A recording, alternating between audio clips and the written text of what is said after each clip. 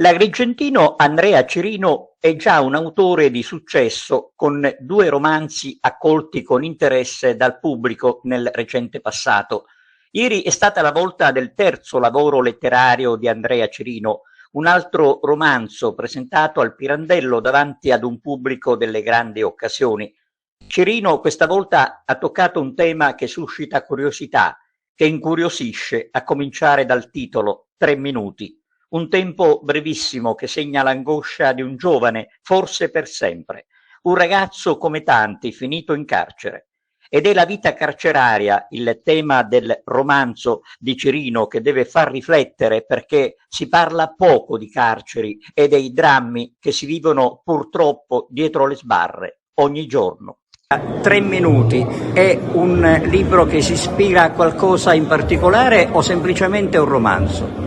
No, è un romanzo ma che lancia un messaggio importante, perché è un argomento attuale. Parliamo di carcere, parliamo di un giovane che per una leggerezza va a finire dietro le sbarre e quindi con i suoi occhi noi vediamo cosa c'è all'interno del carcere, i muri di cinta, i cancelli che chiudono, quindi i rumori, le celle con tanti detenuti dentro, insomma una situazione un po' particolare. Devo dire che questo argomento deve essere ripreso di più, cioè ne parliamo poco, parliamo soltanto quando sentiamo alla televisione gli arresti, il 41 bis, invece è un argomento interessante.